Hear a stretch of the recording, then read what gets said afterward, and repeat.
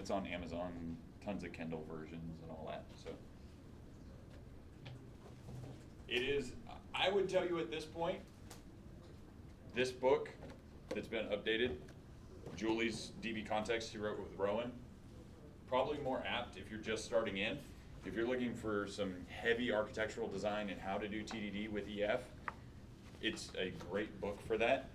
The 6.0 book from A-Press that's coming out in September is going to be very similar. It's going to be recipe-driven tests, the whole 9 yards. So You probably bump it up one by one. Maybe, is it 10 or 11 right now? it is normal right now. So I don't know what normal is. Yeah, 11 should be good. There we go. Thanks. Better? Awesome. Okay, so we're gonna get started. My name is Devlin Liles. I'm a principal consultant with Improving Enterprises. I have a passion for data. It was a data platform MVP, C# MVP. Now I'm bouncing between C# and ALM. We'll see where that lands in July. I happen to be the guy that also thinks TFS is not so bad. Throw fruit later. So we're going to be diving through data access architecture. Now I'm going to give you a couple of caveats right at the beginning of this talk. One, I'm an opinionated jerk. If you disagree with me, I'm an opinionated jerk. If you agree with me, I'm an opinionated awesome dude. So, but you're going to see quite a few of my opinions. These opinions have been formed through a long stream of absolutely terrible projects and trying to make them slightly less terrible. As Jay Sawyer, I don't know if you guys know him, but does the .NET user group. He says that it's tar foo, not foobar. It's just less foo. They're both foo, just less foo. Yeah, so in enough projects that were foobar, and we tried to make them tar foo, I learned a lot of lessons about data access with Entity Framework. Those lessons bridge beyond Entity Framework into Hibernate, into Mongo, into Raven, into Cassandra and Lucene. So it's bigger. It's data access architecture. It's how to protect yourself from doing stupid things, because as they add more features to the frameworks, stupid becomes a lot easier. I can do so many more stupid things than I could 10 years ago because the computers are faster now. Who has had to debug a memory leak in the last 4 years? Had to. Like, it was cratering a production system. 4 guys out of this room. Now, if I asked that question 10 years ago, every person in the room raises their hand. Guaranteed. The frameworks have gotten better, the hardware's gotten cheaper, so we have gotten, as a whole, sloppier.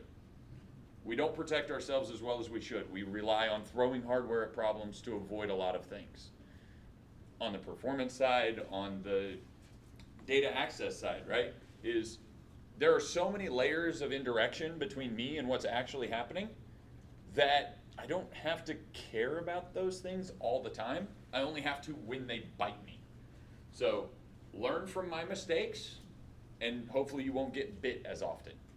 So that lays the groundwork. Are there any questions on the rules? Awesome. So I'm going to introduce you to a couple of tools that I'm going to be using over the next hour and 20-ish minutes, depending on discussion. These tools are my personal preferences, my opinions. As you might have heard, I'm an opinionated jerk. If you choose to use a different set of tools, that's awesome. But much like master craftsmen, master carpenters, your tools will elevate the quality of your output.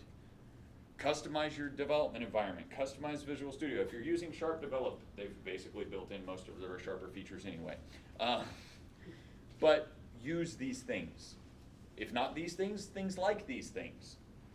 I'm going to use, out of the box, I have a couple of things installed. In my test framework, I have RhinoMox because I like it. I have NUnit because I like it. I have Fluent Assertions because I like them. And I have an awesome tool that stands up on top of all of my testing called NCrunch. NCrunch is what's responsible for these tiny little green dots, covered by one passing test, execution time 0 milliseconds, left click to show test, right click to show options. Let me show you how awesome NCrunch is. Everybody see the subtle little awesome piece that NCrunch is? Failure. I didn't save it. Notice the file's still modified. I didn't build it. I didn't compile it. I didn't do anything. It told me it failed anyway. That deserves a lot more than the blank stares I'm getting, guys. Come on now. That is awesome. You show that to a COBOL programmer 15 years ago, and quite literally drop dead. Probably because they're 60 at that point. But they drop dead. So I'm going to use NCrunch simply because it makes my life easier. And it's going to give us a very rapid continuous cycle in our TDD approach. Now, one of my opinions, TDD is the right way to write code. If you disagree, that is more than your right to be wrong. I'm good with that. Okay? So, let's talk about data. First thing we need to do is talk about what we're going to store. So, being part and partial to something else I'm working on, I need to define out a domain model. Let's throw that in, and we're going to call those entities. What's our domain model? Anything. Doesn't matter. Sorry, yes, I should clarify. What domain model are we going to be writing? That is the perfect answer for what is the domain model. What domain are we going to be writing? Something fun, something we have a good time with. Huh? Loans. That's not. Awesome. Oh, we can have some fun with loans. We're gonna write loans before the financial bubble dropped. You know, loans that approval is always equal to true. That the annual interest rate for the first 3 years is 2. For the last 28 years is 90. Oh, we're having fun with this one. All right, loans. Got it.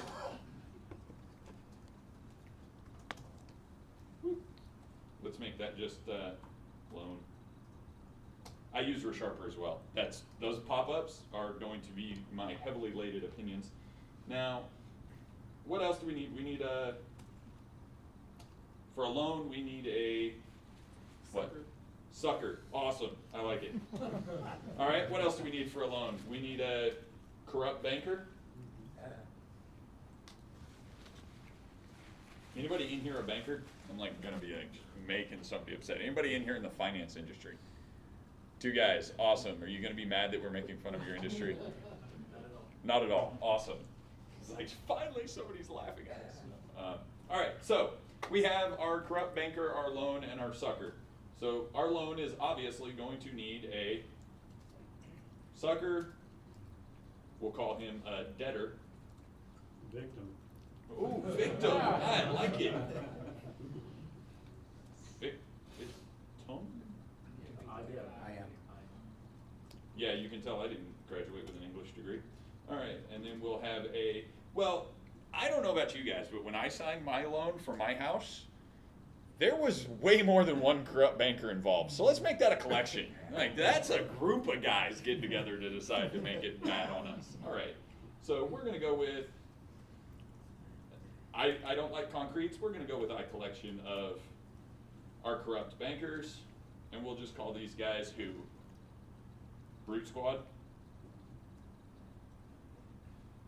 Yes? Awesome. All right. Now, as we heard, we're going to need an ID. How many folks love writing the same line of code a ton of times? We'll write it once in a base class. I agree. Now, what is the downfall of that? This is an architecture talk, so we're going to talk about the pros and cons of almost everything, except loans. C# is a single-rooted language.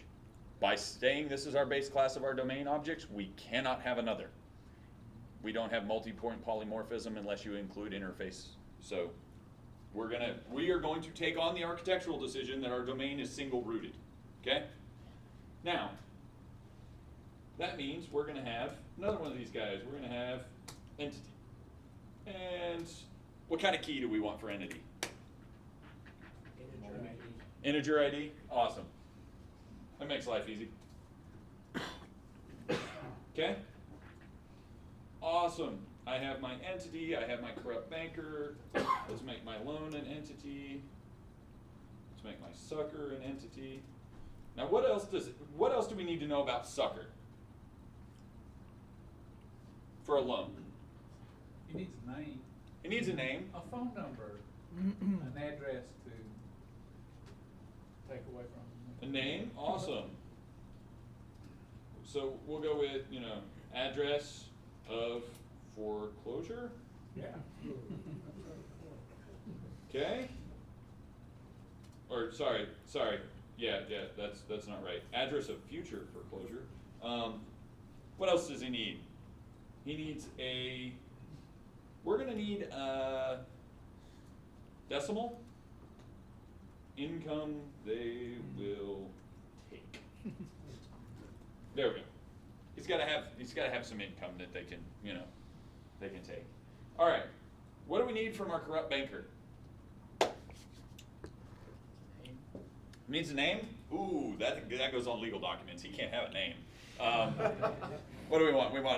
Let's give him a public string shell company. Ooh, you're right. I was wrong there. Offshore shell company. Okay. What else we got? Anybody? A lawyer, A lawyer. There it is. So he needs another. contract lawyer. Yeah, he needs another sucker who is his lawyer. Corrupt offshore lawyer.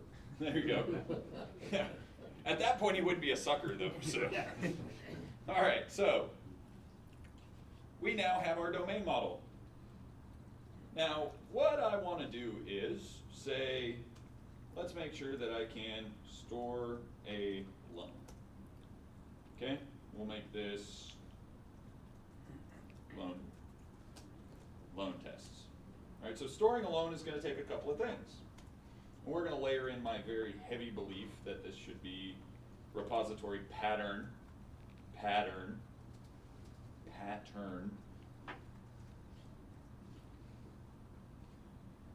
Now, you notice the pop-up that I escaped. Now I have to explain that. How many folks in the room have heard of a framework called highway.data? Awesome, that's exactly what I expected. One guy, I know, he asked me about it earlier, and you almost ruined my talk. So highway.data is an abstraction for implementing architecture over data access. It is an abstraction written by a couple of really smart guys and myself. I don't qualify myself as a smart guy, I just happen to write most of the code. They cleaned up a lot of it. So, we are going to use highway data's repository pattern because I really don't want to have to write it over and over and over again, and it's on NuGet, it's free, it's Creative Commons. Feel free to go out, tell your boss you wrote it, and get a promotion for it. Coming from the guy that wrote it, I license you to go and tell your boss you wrote it. Just don't point him to the GitHub project, by the way. Got emailed after a talk when I told somebody, yeah, just go pull it down, tell your boss you wrote it. He goes, yeah, I wrote this really cool new thing, and links him to GitHub. I'm sorry, no matter how non-technical your manager is, he's gonna be able to figure out commits. Just saying. Okay, so to go into a repository, we need our context. Our context being how we talk to a database. Now there are two root pieces to talking to data. One of them is repository, my abstraction for talking CRUD. One of them is a unit of work, a bundle of things that I need to execute against the database. Now the problem is Microsoft created something called a DB context. DB context is both of these implemented poorly. It is a repository unit of work. It doesn't work very well. So the abstractions that you will see layered onto it, adding an interface for testability, adding a repository implementation on top of it, you will not have to do those kind of crazy things on a framework that has properly abstracted those. Raven has session and repository built very nicely. And Hibernate has that same segregation very nicely. Entity framework just isn't there, okay? So we're gonna throw in a context to this. And we're gonna say new data context. Now, when I throw in my data context, I could take the opinion that I'm gonna write a data context every time I need to touch data. But in the common refactoring to patterns approach, where you pull out the things that change, what changes when we talk about data context and repository? What are the couple of things that change? There's only a few. connection string, right? If I have a DB context and you have a DB context, what's yours doing that mine's not? Talking to your objects instead of mine, right? So the mappings, the connection string, what else? That's it, right? So if there's only two things that change, two things that have to be extracted for me to be able to reuse context and repository across any application I ever write, wouldn't it make sense to just pull those out, write the generic one time, and never touch it again? Right? I mean, this is what we do. We're lazy by trade. We are trained, incentivized, schooled, bullied, and pressured into being lazy. Embrace it. Do the least amount of work you have to get the job done. Okay? So here we're going to pass in, guess what? A connection string and mappings. So, connection string. I'm going to be incredibly lazy here. I know how terrible this is from an architecture guy, but we're not talking config management right now, so yes, I know exactly how terrible this is. I had a guy call me out in Baton Rouge. He's like, really, you're going to give an architecture talk and do this? It's like, yes, I know, I'm sorry. I don't want to hand roll a config management solution. So, we're going to give this, somebody give me a database name. Something for, a database name for storing loans. Let's call it,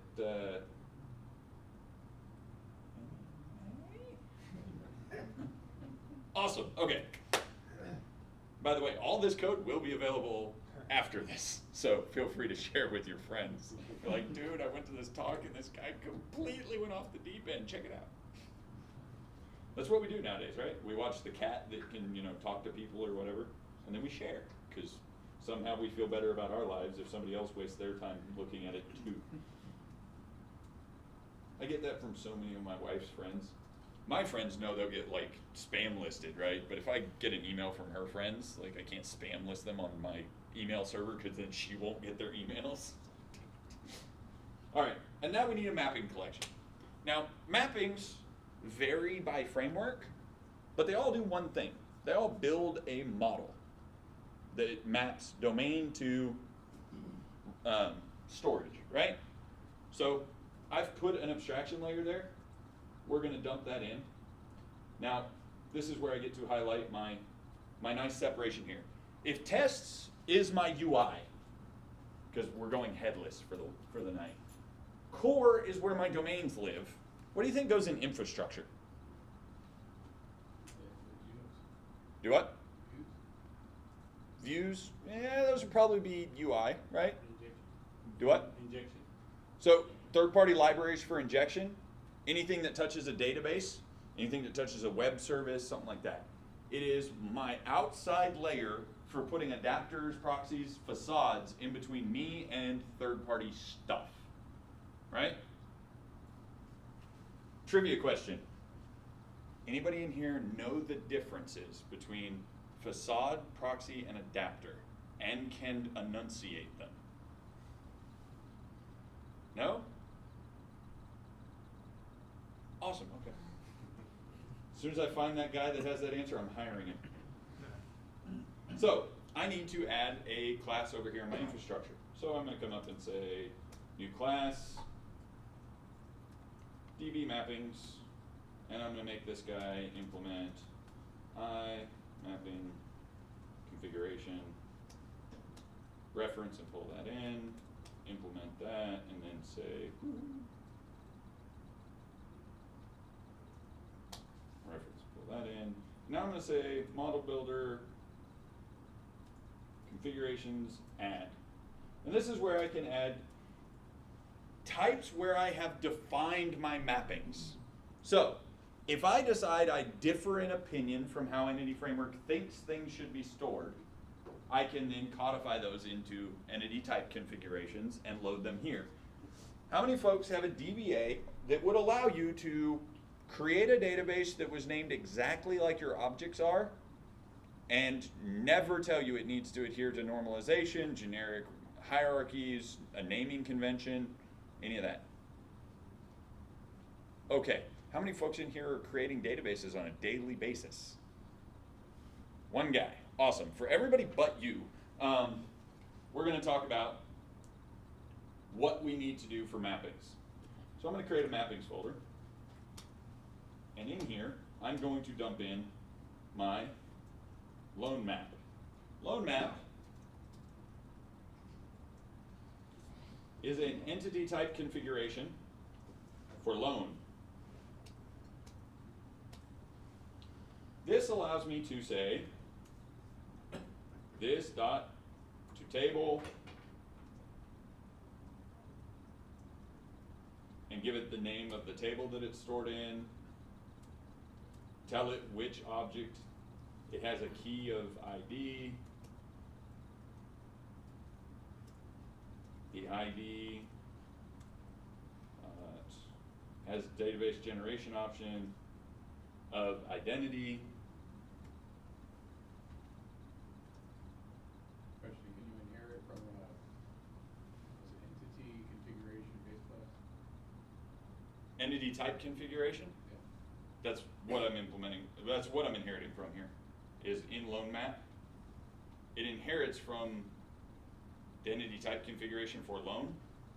Now, I can create an entity map that sets that up, and then what I have to do is a fragmented map, kind of like you do it in Hibernate, where I say this dot map, I give it the mapping action to that other class, and then I tell it that only applies to ID. And then it'll allow me to segregate out and componentize mapping, if that's what you're asking for. I think I was asking more, would it mirror your domain model through mapping? That's how I've been before. Sometimes, right? Sometimes normalization in the database and the storage, the best way to store something is not always the best way to use it. Case in point, how many folks in here have a bank account? Show of hands, keep them up. How many folks have a debit card? Okay? How many folks have gold nuggets at home? I wish, right? Okay, so the most convenient way to walk into McDonald's and pay for something, the most expedient, the one with the least amount of paperwork, no change counting, no trusting somebody making minimum wage that can't count back change, is what? Debit card, credit card, something, right? Some electronic swipe of take my money out of that big bucket over there, right? Is that the best way to store money in our economy over the last 20 years? No, gold is the best way to store money in the last 20 years. But have you ever tried to go pay for a Big Mac with a gold tooth? Doesn't work. Okay? So, the best way to store our stuff is not always the best way to use our stuff, and that's where the mappings come in. Your DBA is going to tell you, hey, I want to apply indexes on here, I want to normalize these things to these two tables, and if I don't want his opinions on how it should be stored to change my domain model, I have to have this mapping layer. That's the architectural separation between his concerns and mine. Make sense? Everybody good with that? Can I comment? Yes. As someone who built database law, this is my whole sort of issue and sort of mystery around why everything has gone this way. I mean, I know this is ancient, but still to this day, nothing is easier than just dragging my tables onto a link to SQL deal, setting up my relationships, and then I'm done. Nothing is easier, yes, but nothing is more constricting, has that many architectural flaws, is untestable, and won't scale. But if your database is designed properly, there's not an issue. My database design does not directly translate to good object design, ever. Exactly, so. And that's the problem. If I just drag my tables into linked SQL, and it gens objects from my tables, those objects are very poor objects. They have persistence information in them, they have proxy information in them, they have broken separation of concerns, they're not binary serializable or string serializable, which means I can't use them in a service. There's a plethora, a myriad of issues with that. What we're talking about is the next step of how do I take good object design, map it with good storage, without having to do a ton of rework in the middle. Okay. Makes sense. And that's, you're gonna do some extra work so that you have that freedom. Now, I will tell you, and you kind of skipped ahead on me, but that's okay. I can, through the awesomeness that is the EF Power Tools, right click on infrastructure, go to the entity framework, and reverse engineer code first. point this at an existing database. It drops mappings files in one folder, objects in the other. The objects are clean POCOs that you can then move to another assembly and compile with separation. So you can start there, the drag and drop model, right? That's the really early start model, and then modify. We're starting from fresh because it's demo code. That's my pun, right? But that's where you would actually start, is if I'm starting fresh, go there. Rarely ever start a system where that database first. Well, and so, awesome question. This is something that has come up a couple of times. How many folks in here have heard the terms database first, model first, and code first? Okay, they are all three different ways of writing EF at the model level. What we just did, domain and mapping, that level. They're all three different ways of doing that. Now, they would seem to imply that if you have a database already, you did database first. If you had a model, a domain model, but no database and no code, you do model first. If you have code but no database, you do code first. It's not actually what they mean. They mean the database is the first priority in my development. The code is the first priority in my development. Or the model, because there are some domains, deep well drilling where you're running serious incremental algorithms to do thermodynamics and pressure calculations that have to be infinitesimally accurate. That the model matters more than how you store it or how you program it. Getting a logarithm wrong will kill you, or kill somebody. And so in that case, that's when the model is more paramount. So there is nothing stopping you from doing code first against existing databases, or doing database first without a database. You can do those. It is purely which one you put as your priority when you're coding.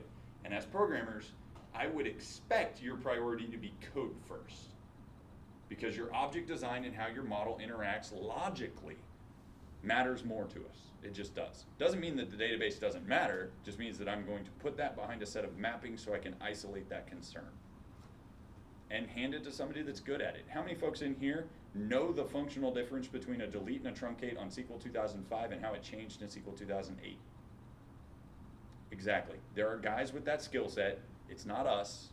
Let's put them behind a set of mappings that lets them do that really needed job. I'm not downplaying DBAs. I think they're amazingly useful, some of them. Others are feckless wastes of carbon. But put it behind an isolation so it doesn't impact your application. My DBAs have gone through and torn up storage structure and never touched my domain model, because my domain model is my logical consistency for approaching the world. Okay? Probably went like 9 levels when you were asking for a level 2 answer, but okay. Get rid of that guy. Happy days. All right, configurations here. Now I can just say new loan map.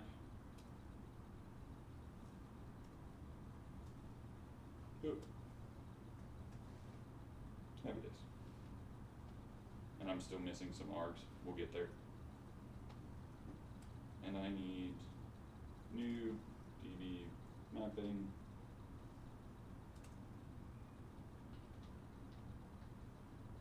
Okay, and what else we got?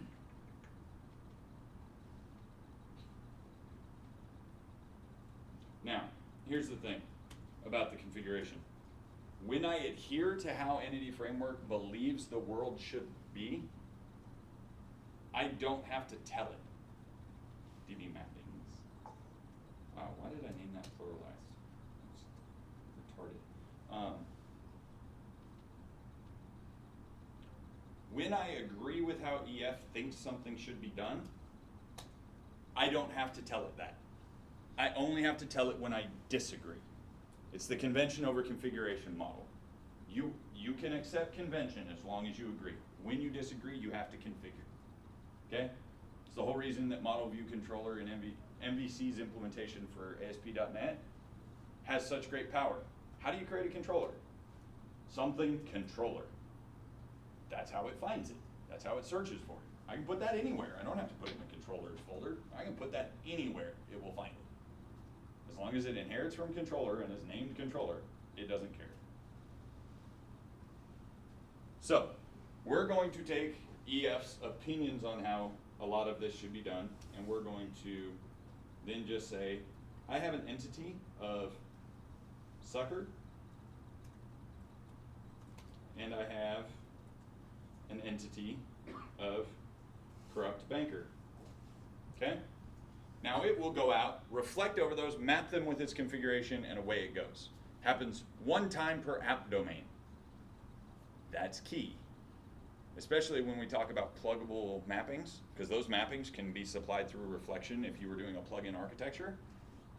You have to refresh the app domain when you drop a new plugin. Okay? Making it clear because I ran into that problem. All right? So now that we actually have our database context and we have our repository, and we've got our domain mapped and all that, I want to just pop up and store a new loan.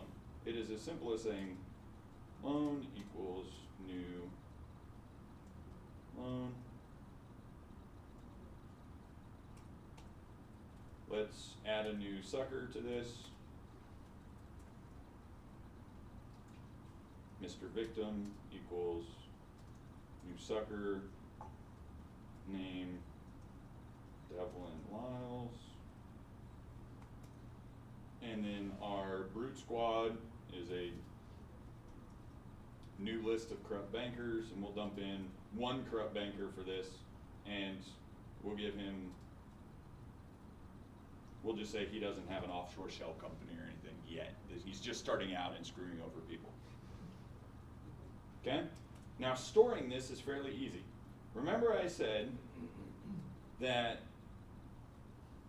unit of work and repository were the big two, right? Now they are interdependent. When I say I have a repository, that repository to operating as the database needs a couple of things, one of them being a unit of work.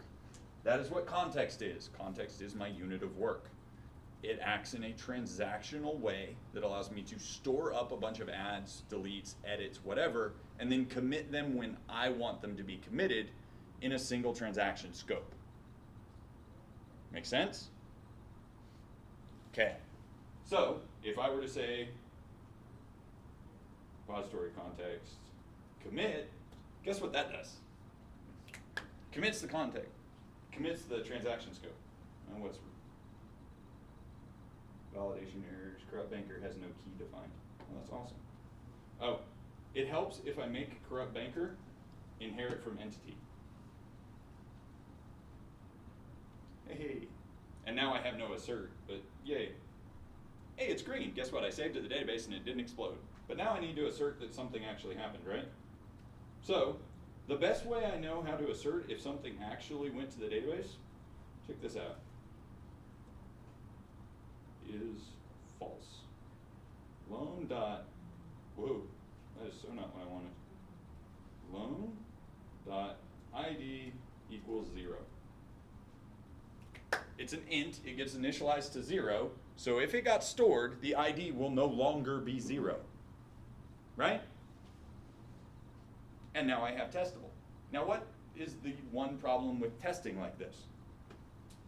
Now you have a loan in database. Now I have a loan in my database. So what if I wanted to test my entire repository abstraction, but never touch a database?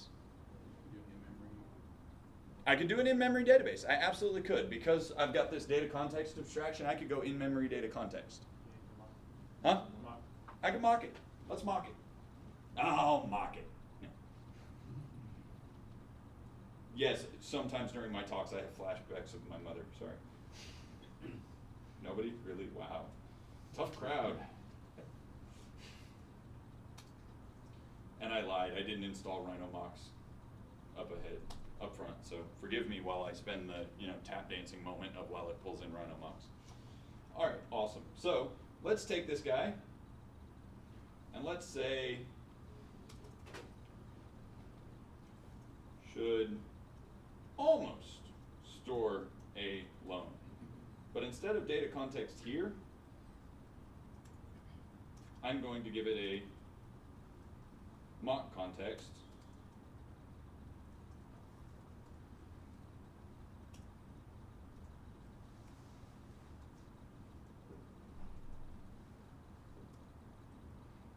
Remember the mention of a testable interface that was wrapped around context?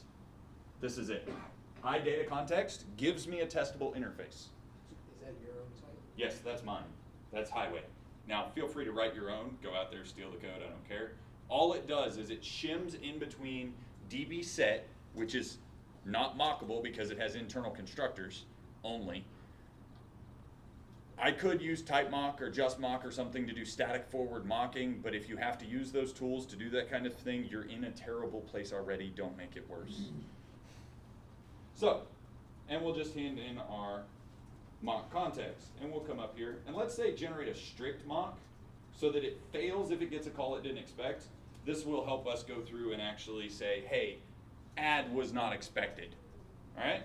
And then we say mock context. For the business logic I'm about to do, I'm going to expect an add where the arg is of type loan, and loan matches this predicate, where loan victim dot name equals Devlin Liles. So I can actually be very explicit. Go, I'm expecting a loan. And inside that loan, I'm expecting it to have a victim with my name. Okay? And then my mock context is also expecting a call to commit. Right? And then down here, I just have to say mock context, verify all expectations. And at this point, I have actually mocked out to say add and commit are okay operations. As soon as it gets done figuring out what in the world I was doing.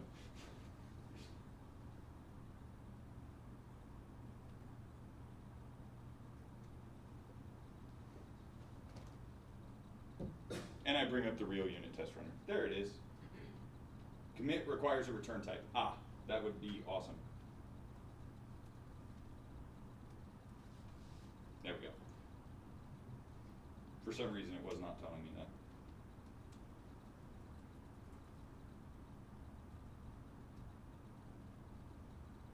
What is the return null?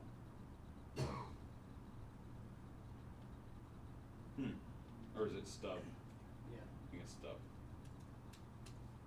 Stub that doesn't require a return? Stub does require a return. Does it? I've never seen expect with the return. That's what it's yelling at me for.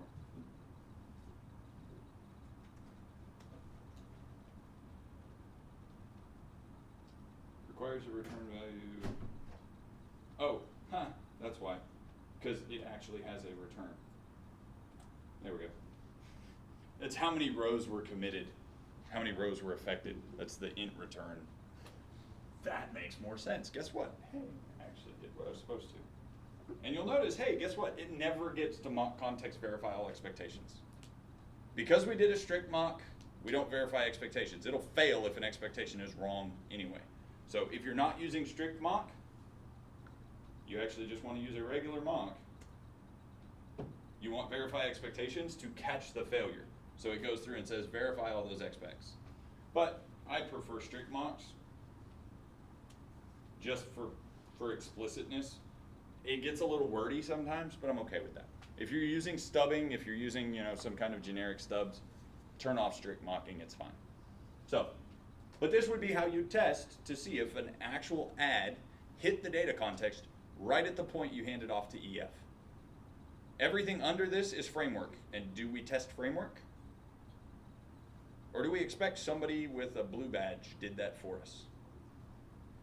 Now, they don't always do a great job, but we expect they do that for us. Make sense? Yes? Yep. Awesome. So, did everybody have a chance to write down your data access questions? Ish?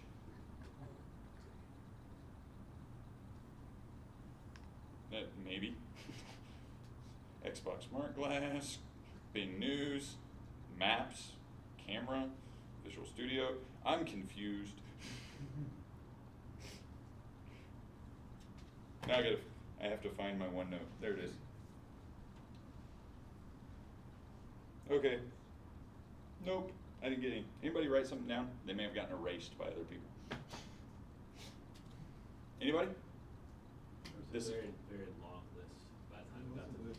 there was a list. There was. So it's like telephone, where did it get erased? Well, I might have gone, and it might have gotten opened in a different place. There it goes. Oh, there it is. Yes, somebody drew an apple over it, so I skipped that thinking it was my kids. Sorry. Okay, so X unit versus N unit. Use either. X unit was built on N unit. It's a preference thing. Meh. Okay? Sorry if that's not the seriously opinionated version you were looking for, but Heavy, super heavy on lambda expressions. So if you don't like using, or you have a trouble using lambda expressions. yes. Who in here hates lambdas? Anybody? Not a big fan of lambdas? Lambdas being this syntax right here? Nobody? Anybody not like that? Think that's the devil? Okay. Unfortunately, that's the way the world is going. Because this gives you the way to very quickly declare an anonymous delegate that will operate inside a closure that is scoped to that method. It's a nice clean syntax for it that you can actually pass args to that doesn't drop us back in like .NET 1.1 hell. So I'm sorry. There is a more verbose version of link that you can use, which is the SQL-esque, or it's called verbose link. I view it the same way I do VB.NET or verybad.net or verbose.net, whichever you choose. If it takes me 16 words to do the same thing that it could take me 20 characters, I'll go 20 characters over 16 words most of the time. Now for readability, sometimes not, but lambdas are almost a required skill set nowadays. Especially if you're trying to copy paste from Google, you gotta be able to read lambdas. Because all the guys putting those together just don't get it. Now, dependency injection. So I've been manually injecting my repository here, right? But let's say I wanted to actually wire up dependency injection for whatever it is I was doing. So let's go up here and say, set up fixture, public, static void, setup. It's just set up. It's just setup, right? Yeah, sorry. There we go, setup. And we're gonna come in here and we're just gonna say container equals new Windsor container. Because I like Castle 2 is basically what that is. I didn't install it. The reason I like Castle is it's an acquired taste for me. I had enough guys that worked on the core commit team that worked right behind me that would not give me a moment's peace until I used Castle. I was a structure map guy. I liked the syntax. I used structure map all the time. And then I sat quite literally 4 feet from 2 of the 7 core committers of Castle. Do you know what they do when they look over and they're like, wait, what? You're not using Castle. They've created a cult of Castle.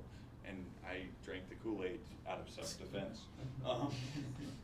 So, if you hold a different opinion, this is one of those times where I tell you, I did too. Keep up the good fight. When you realize that it's futile, use Castle. So, we're gonna have to register a couple of types to do this. So, I'm going to bring in a component for my iRepository, obviously. I'm gonna have to wire up my repository.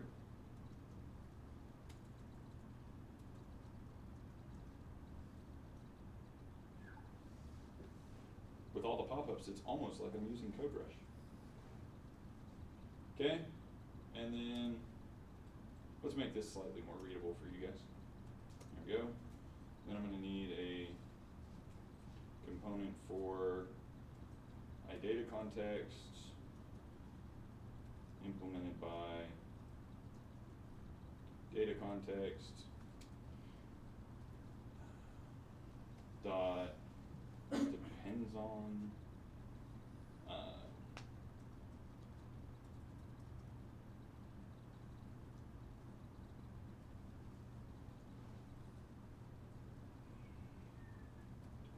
value.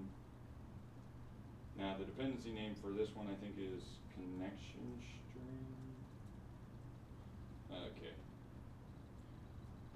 Just because I really don't want to have to write all that code again.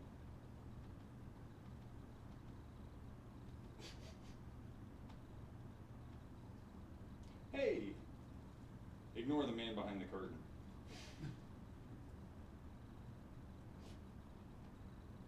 Can you tell I've written that a few times?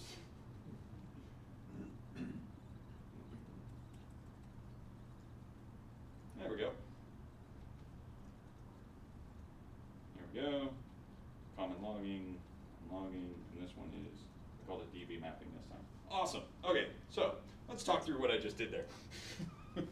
So obviously highway data's context, depending on a config value for connection string, happy days.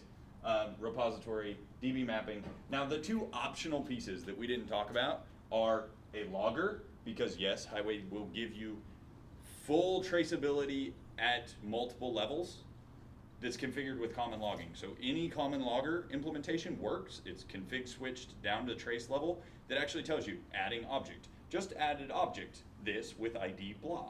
And it at infinitesimal levels, and it will dump out the SQL you're trying to use, all that fun stuff. And context configuration, it's to default. That one you will most likely never have to touch unless you're doing a couple of things. Turning on lazy loading is one of them, because I take the heavy opinion lazy loading is the devil. If you disagree, I can prove you wrong.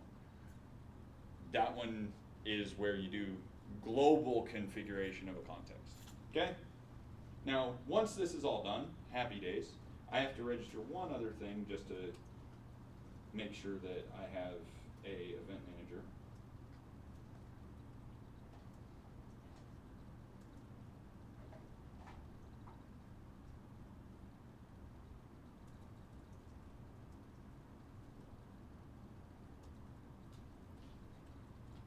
And now, right down here, instead of having to do new repository, I can simply say container resolve iRepository, and I get happy day green. So there's dependency injection with the architecture we've built around it. Fairly simple, easy to stand up, nothing dramatic there, right? Questions? Okay. Does Windsor have an object factory? So yes, I can do factory by method, I can do factory by object, and I can also do factory by anonymous funcs, which is happy. And it does array resolution, so I can take a dependency on a IEnumerable of func of some object, or I can register IEnumerable of func of some objects, and it will register each of those as a factory for that object. Castle is the granddaddy. It's been around longer than any of the others, so a lot of the crazy, ancillary stuff, it just does. It's all fluent configuration. You have to take their opinions on how to configure, but it's pretty badass. I say this is a convert. I like structured map. I have to give that caveat every time because I feel like I've sold out now at this point. All right, so we have dependency injection, NUnit plus MOQ, absolutely. Pick your mocking framework. I use Rhino because, well, doesn't everybody? But yeah, if you're using MOQ, absolutely. Slightly different syntax for spinning up your mocks, but will do just about everything you need. It does have a little bit of an issue with lambdas, but you can get around that by doing some explicit delegate stuff. Why would you ever use code first database building? Awesome question. So, why would I ever let Entity Framework generate my database for me? That's basically the question. 9 times out of 10 in the enterprise, you're not going to. But I'm going to tell you a story, keep in mind this is allegory, of why it might be an option that saves you a lot of trouble. Let's say that you have a system that's out in production that you want to be making modifications to.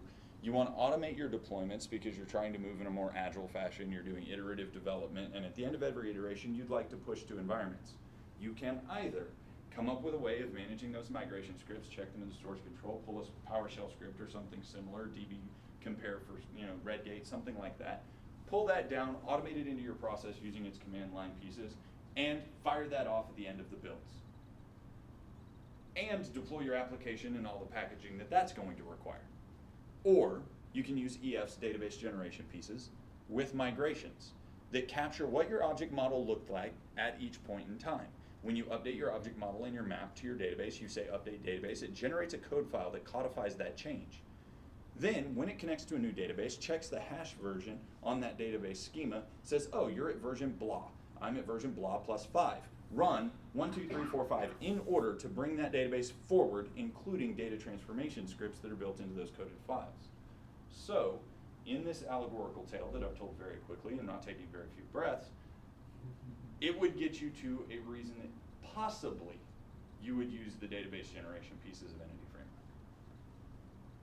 Now, that comes with two gigantic caveats, one of them being that your application login has to have the ability to modify the structure of the database it uses. DBAs no likey. I'm gonna say it right out. DBAs don't likey. But it saves them a hell of a lot of work, which is normally the value sell. As long as they get to look at what those scripts look like, most of the time they're okay with it. Okay? Why would you test EF code? Hasn't it already been tested? So, have we tested anything EF specific in this code base that we've built up here? Do these tests have value? Making sure that I can talk to my data access layer and it does what I'm expecting it to do, that has value. I've written that code. But we have shimmed right above the point where we actually care about EF so that we can validate our expectations. You can mock data the same way. You can say, as queryable and return a list and actually make sure your query does what it's supposed to logically without caring about the SQL piece. I should have turned off Skype. That's what I just realized. How long have those been popping up? Did my wife send me any messages? Julie Lerman got on load. Okay, yeah. So, by the way, Julie is awesome. It's funny, Julie is awesome. We were at a party drinking way too much scotch, and she started telling horror stories about clients in Entity Framework. And we were swapping how bad it got, and she beat me hands down with a horror story about a client that had 250 domain objects. That's what they called them. One of them, the text file for the code was 8 megs.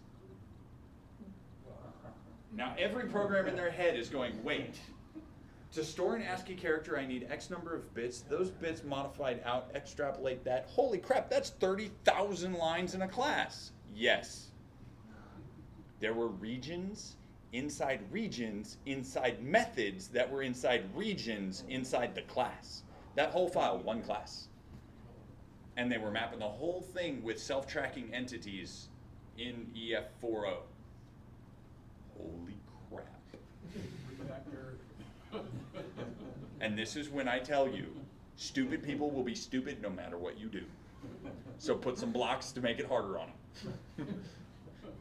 If you know you've got the guy on your team that is just a little and he can't get over a 3-foot wall, build the wall 4 feet tall.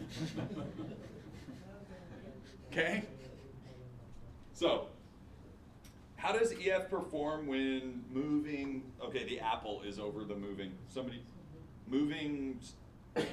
help me out. Large volumes of data. Okay.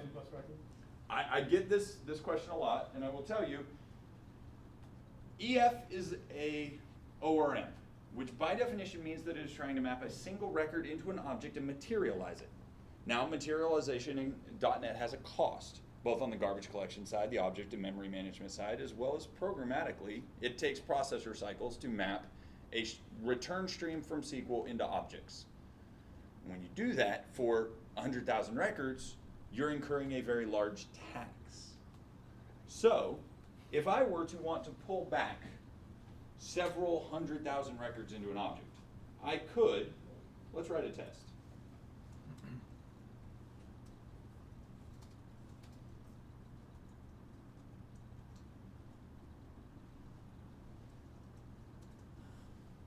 So, I could, if I wanted to do this, say var repository equals, I'm going to do a container resolve here. iRepository, and I could go out and say, all right, go get me